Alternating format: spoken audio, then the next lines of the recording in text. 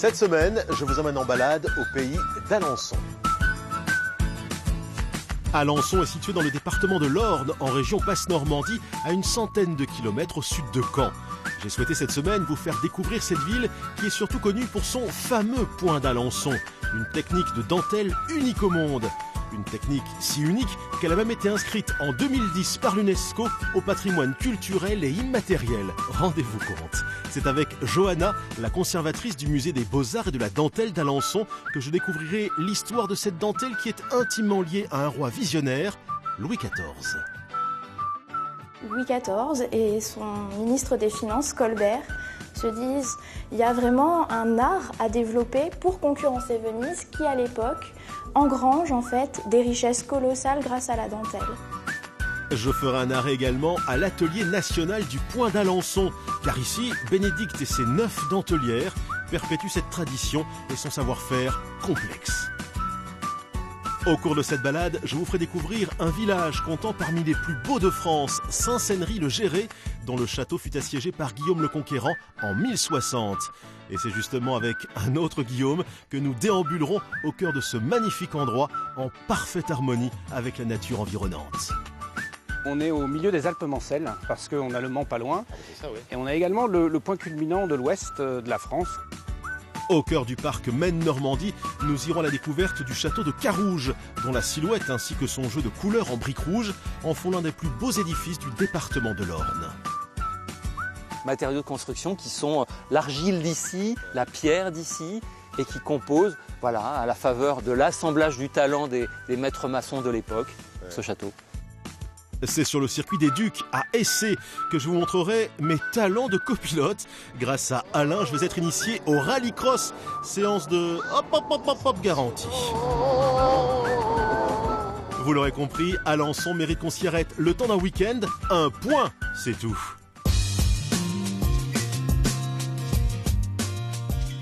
Je débute ma balade en compagnie de Johanna. Elle est la conservatrice du musée des Beaux-Arts et de la dentelle d'Alençon. Elle m'a donné rendez-vous à l'intérieur du musée.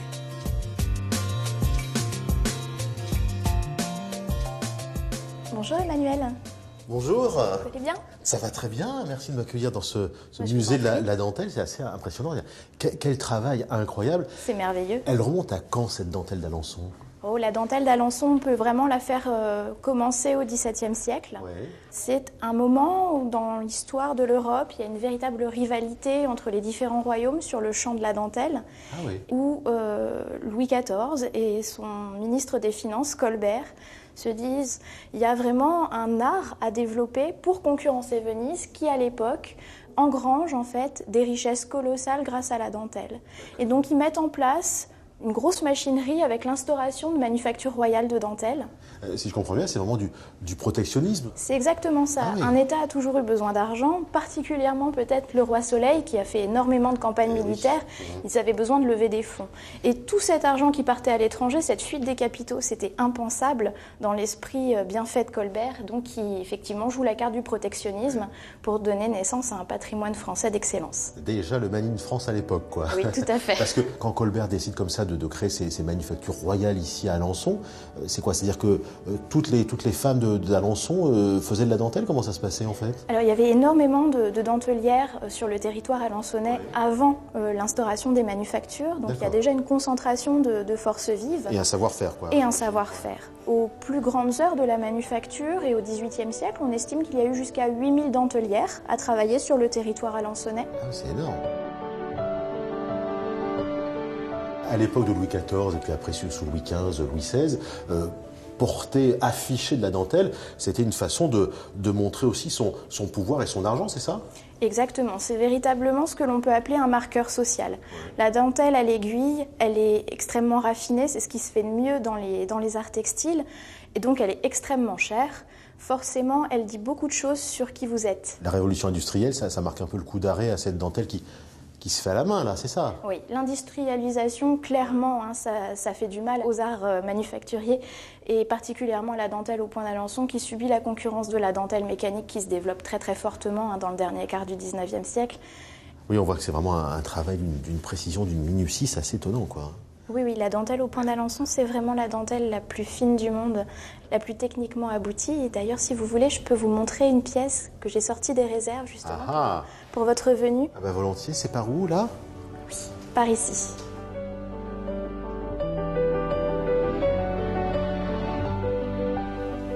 Oh là là, c'est beau ça, qu'est-ce que c'est en fait? C'est un châle, un petit châle qui est destiné donc à agrémenter le corsage. Et pas le corsage de n'importe qui, puisque la tradition attribue ce châle à la reine Marie-Antoinette. C'est pas possible. Marie-Antoinette aurait porté ce châle? Ah oui, ça a vraiment de... Je vous laisse en apprécier la histoire. Je peux toucher ou c'est... Vous pouvez extrêmement délicatement, voilà, pour apprécier justement la finesse, la légèreté de la dentelle au point d'Alençon.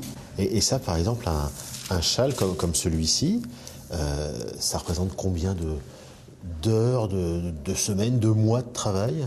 Alors des mois, on est petits joueurs, on est sur des années de travail, dizaines de dentelières. Mais ça, c'est des pièces qui aujourd'hui, on ne peut plus les fabriquer. Non, on ne serait plus en capacité de produire des pièces d'une telle dimension compte tenu des contraintes de temps. Et aujourd'hui encore, donc, des dentelières à Alençon perpétuent comme ça la tradition? Il existe encore 9 dentelières qui maîtrisent l'ensemble de la technique qui est nécessaire pour la réalisation de toutes les étapes de fabrication. 9 seulement? Elles sont seulement 9, oui. 8000 au XVIIe siècle et 9 aujourd'hui? Et 9 seulement aujourd'hui, qui conservent l'intégralité du savoir-faire et qui le transmettent au sein de l'atelier national du point d'Alençon. Et il se trouve où cet atelier? Juste derrière le musée. Merci beaucoup Johanna. Merci pour cette vraie découverte parce que c'est vraiment très, très intéressant et émouvant presque. Hein? Merci beaucoup. Merci. Je vais aller voir ça à l'atelier alors. Hein.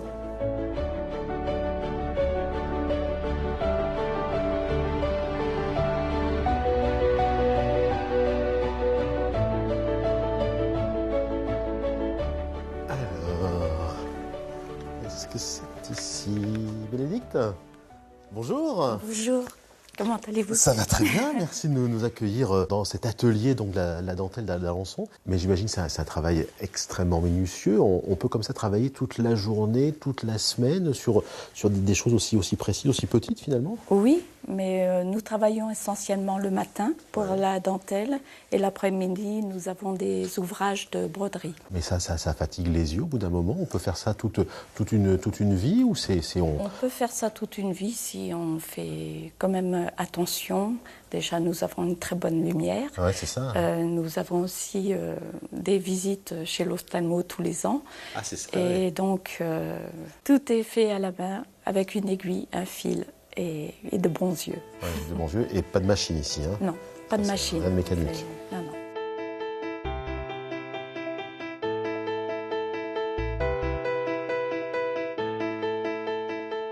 Et par exemple, pour faire ce petit carré là de dentelle, là, combien de temps? Entre 80 et 100 heures. Ah, c'est énorme. Oui. Et ça, c'est un... Là, il a fallu 900 heures. 900 heures pour ça? Un collier. Et alors, ce collier donc en dentelle, ça se vend combien?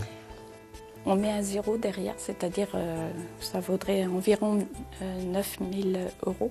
900 heures de travail, 9 000 euros, c'est voilà. Ça?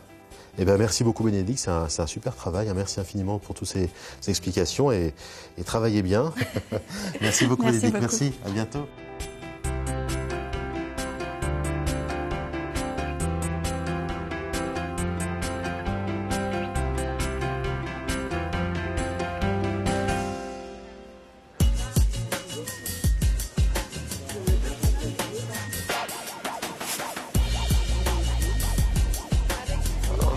Salades, elles sont belles, oula. Vous faites la queue pourquoi là? Alors c'est le fromage de Carouge. Ah, c'est quoi comme c'est fromage? C'est un duc-mer. Ouais, ça fait vraiment comme les fromages des Alpes quoi. C'est là on voit que les prix sont quand même bien en dessous de ceux de Paris. Hein. Oula, ça vaut le coup de venir faire ses courses ici à Alençon. Hein. Merci. Très bien.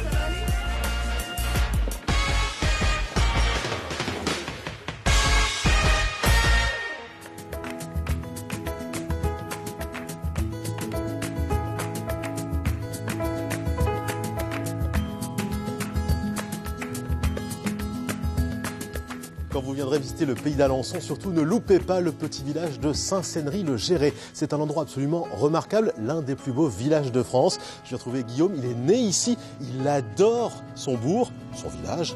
Il va me raconter pourquoi.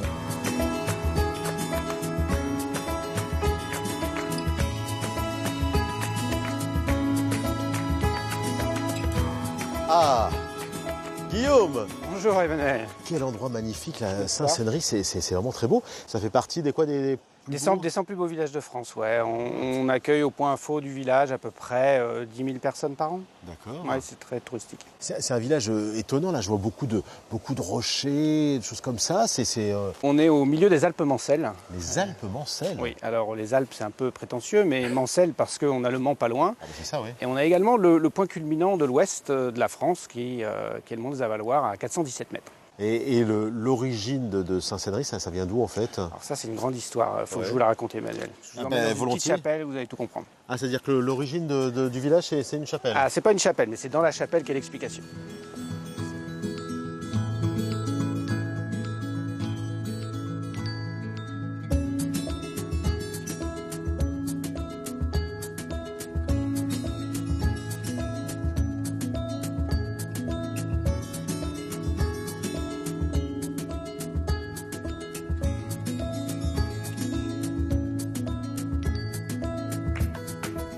C'est la chapelle là qu'on voit?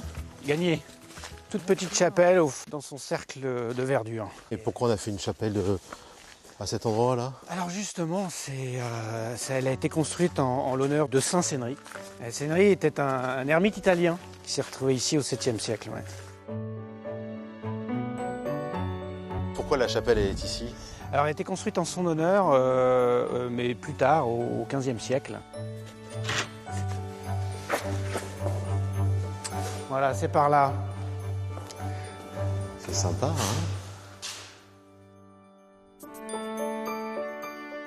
Qu'est-ce que c'est que ce rocher là que je vois? C'est quoi? C'est du rocher, ça, c'est ça? Alors en fait, c'était la couche de Sénary et c'est tout simplement un menhir couché.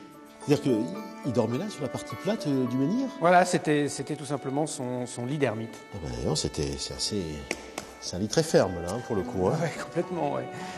On dit qu'elle a des vertus magiques pour guérir certaines maladies, pour permettre aux femmes de retrouver leur fécondité. Ah d'accord. Et quoi, les femmes qui veulent des enfants, elles s'allongent là aussi sur le menhir? Eh ben dites donc, incroyable. C'est pas le seul miracle possible ici, dans cette chapelle. Il y a ici la statue de Saint-Sénary où vous pouvez voir qu'il y a des milliers de petites aiguilles qui sont plantées dans le pied. Ah mais et pourquoi? Et c'est pour les jeunes femmes qui veulent trouver un mari dans l'année. Ah c'est ça, on vient planter une épingle là, voilà. Et hop, dans l'année, on se marie. Si elle tombe pas.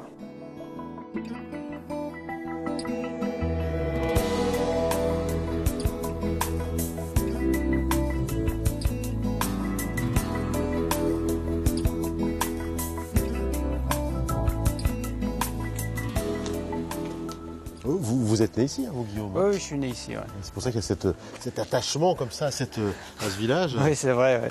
C'est vrai que je suis très attaché au village. C'est pour ça que je suis dans l'association des Amis de Saint-Sénary et qui a pour vocation de préserver le patrimoine, de faire en sorte de l'améliorer si c'est possible, et puis aussi de faire des recherches sur le village.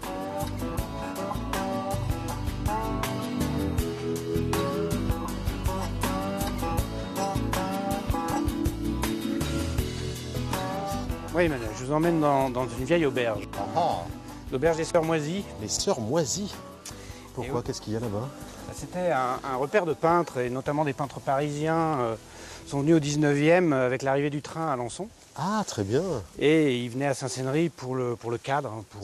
C'est magnifique, là. Il y a de quoi poser son chevalet et faire des jolies toiles. Hein. Oui, ils ont même créé une école, ce qu'on a appelé l'école de Saint-Sénary. Mais il y avait des peintres qu'on connaît, des peintres célèbres? Oui, Corot, Buffet, un certain nombre. Ah oui, quand même. Alors voilà la fameuse auberge des Sœurs Moisies. Ah, voilà, chez Moisy, d'accord. C'était ce fameux repère de peintres. Ouais. Mais ce que je vais vous montrer, c'est surtout à l'étage.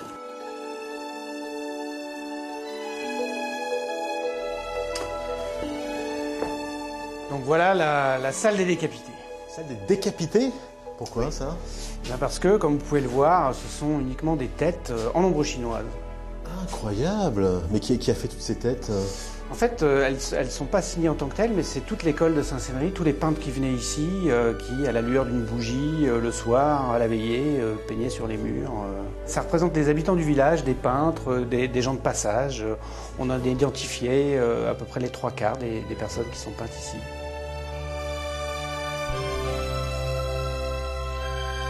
Ce qu'on voit là, c'est vraiment d'époque, quoi. Ouais, c'est ça date du 19e siècle. Ça a quoi, ça a 100 un peu plus de 100 ans. Saint-Sénéry a perpétué cette histoire des peintres. Il y a des artistes dans le village, il y a des peintres, des sculpteurs. Tous les ans, on a la rencontre des peintres à la Pentecôte.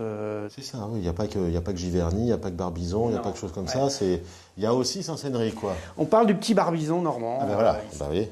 Ben merci beaucoup Guillaume pour cette belle visite là, comme ça, de Saint-Sénéry. C'est vraiment un village à découvrir.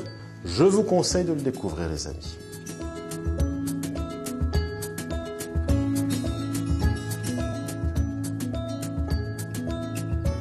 Je suis toujours en balade à Alençon, en région Basse-Normandie, dans le département de l'Orne. Quand vous viendrez vous balader dans le pays d'Alençon, vous pourrez aussi faire des promenades à vélo comme moi en ce moment. C'est une façon originale de découvrir la région, d'autant que je suis sur la Vélocénie. La Vélocénie, c'est un itinéraire cycliste qui a été créé en 2012, qui relie Paris au Mont-Saint-Michel. 440 km à faire à vélo, c'est plutôt sympa, croyez-moi. On traverse des départements, des régions bien sûr, et puis aussi des parcs naturels régionaux comme en ce moment, où là où je suis, le parc naturel régional Normandie-Maine. C'est vraiment une belle balade.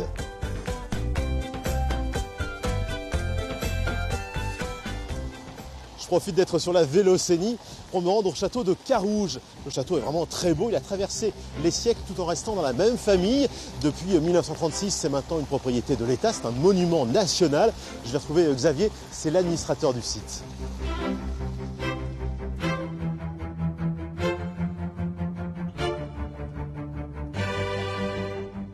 Bonjour Emmanuel. Ça va bien? Ça va bien, bienvenue au château de Carouge. Merci, l'endroit est absolument magnifique. Le site, c'est super, dites donc. Ah oui, il date de quelle époque ce château? Alors 14e, 17e pour les périodes les plus importantes, mais on sait qu'il a existé dans une période antérieure et qu'il s'est transformé jusqu'en 1936 et l'acquisition par l'État. Donc aujourd'hui c'est un monument historique, on en profite nous tous, hein, ça c'est pas mal. Et ce qui frappe quand on arrive, c'est la disposition du château, sa forme, sa couleur, quoi. Oui, mais parce qu'on est dans un paysage, je vous le disais, le village sur la hauteur, le vallon, les forêts environnantes, une zone frontière, on est au carrefour, c'est l'origine du mot Carouge, et bien sûr des matériaux de construction qui sont l'argile d'ici, la pierre d'ici, et qui composent, à la faveur de l'assemblage du talent des maîtres maçons de l'époque, ce château.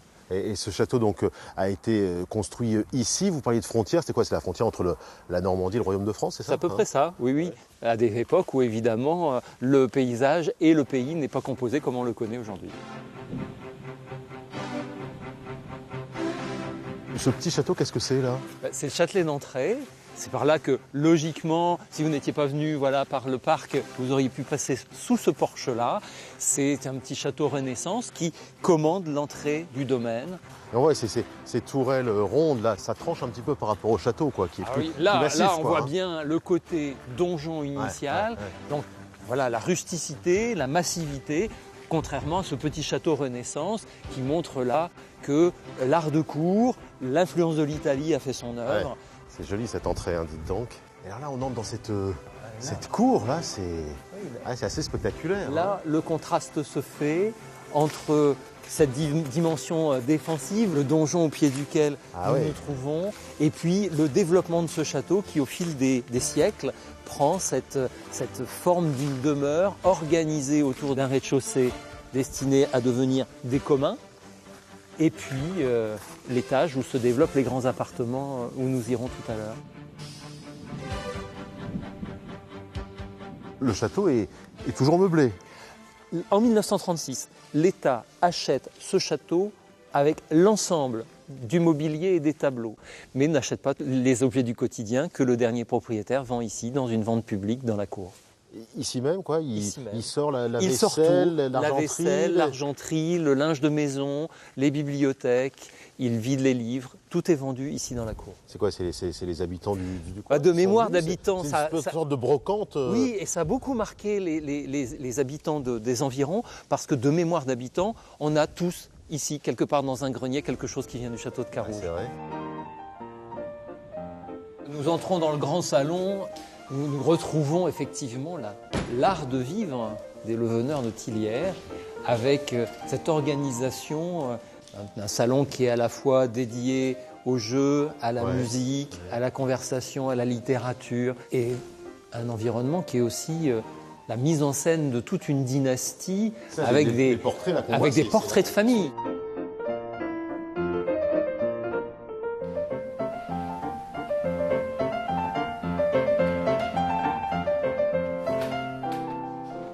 Là, on se rend compte un petit peu à travers ces différents salons de ce qu'était la vie d'une famille aristocrate au XVIIe, au XVIIIe. Oui, et c'est d'un art de vivre. Et on a presque le sentiment qu'ils vont revenir, d'ailleurs. C'est ça, on a l'impression qu'ils sont là, qu'ils vont arriver, effectivement. D'ailleurs, ils vous attendent, Emmanuel. Merci beaucoup, Xavier, en tous les cas, pour cette visite du château de Carouge. C'est très beau.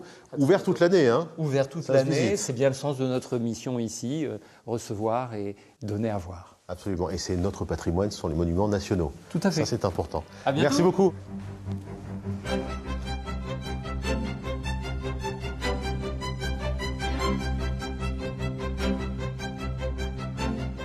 Changement complet d'ambiance, maintenant on va découvrir ensemble un sport automobile, le rallycross. Direction le circuit des Ducs, c'est à Essé, à quelques kilomètres d'Alençon. Alain est pilote, il va me faire découvrir tout ça.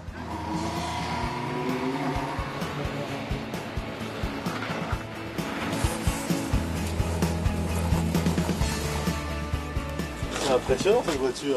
Bonjour Alain, je présume. Ouais, c'est super impressionnant quoi, ça fait un boucan d'enfer là. C'est quoi le rallycross? Parce que le rallye, moi ça me parle, c'est Sébastien Loeb, des gens comme ça, c'est ça? C'est différent, c'est autre chose? Le rallycross est une discipline de sport auto qui se déroule sur un circuit fermé. Ah c'est ça, on n'est pas sur les petites routes, voilà, c'est ça, ouais. Et c'est une course de sprint qui se déroule sur 4 tours. Alors le rallycross, ça a démarré dans les années 60 en Angleterre, est arrivé très vite en France en 76. Oui. Et depuis 76, on a 10 pistes de rallycross. En France? En France. C'est une discipline en pleine ascension, où il y a énormément de spectateurs, parce qu'ils se déplacent pour voir des courses tout le long d'un week-end. Ils ont une vue globale de la piste. Il y a des départs tous les 5 minutes. Il y a entre 80 et 120 concurrents dans un week-end engagés. Ça n'arrête pas, c'est vraiment spectacle permanent. Voilà, c'est intense, spectaculaire, intense. Le rallycross n'est pas dangereux. Il y a de la tôle froissée, mais il n'y a pas d'accident très grave. Les voitures peuvent se toucher un petit peu. Tout à fait. C'est le côté spectaculaire du rallycross aussi. Bon, s'il n'y a pas de mort, on va essayer. Et bien c'est parti. Bon, je m'accroche quand même. Hein.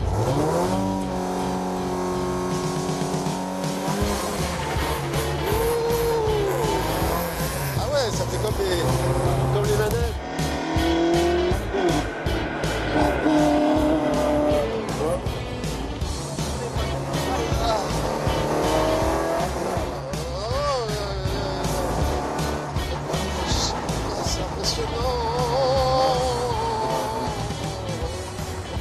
Là, on a un droit très serré, parce que tout à l'heure on va passer au frein à main. On débraque assez tôt et on accélère. Ah oui, ça c'est pas arrivé là.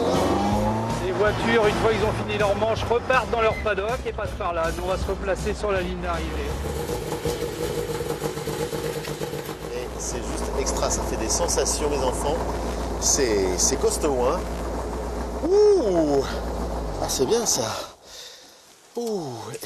Et donc, Alain, ici, là, sur le circuit, il y a une école de pilotage, et ça, on peut apprendre comme ça à piloter ces voitures? Cette école de pilotage va voir le jour à partir du mois de mars, et la particularité, c'est qu'ils vont pouvoir rouler sur des vraies voitures de course, puisque notre école de pilotage ne va être composée que de vraies voitures de course. C'est une première, avec ça va aller de 150 chevaux à 500 chevaux. Et ils vont pouvoir évoluer sur une vraie piste de rallycross du championnat de France.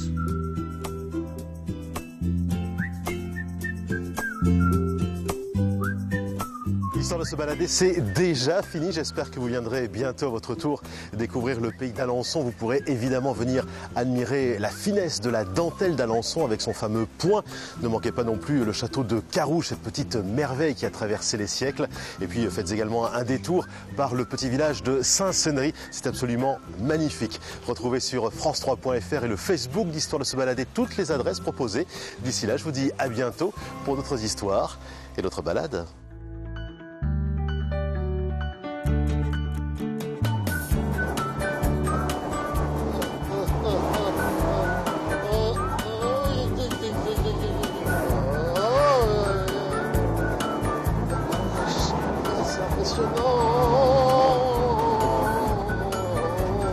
Ah, c'est des sensations, hein, les gars. Ouh là là, c'est grosse sensation.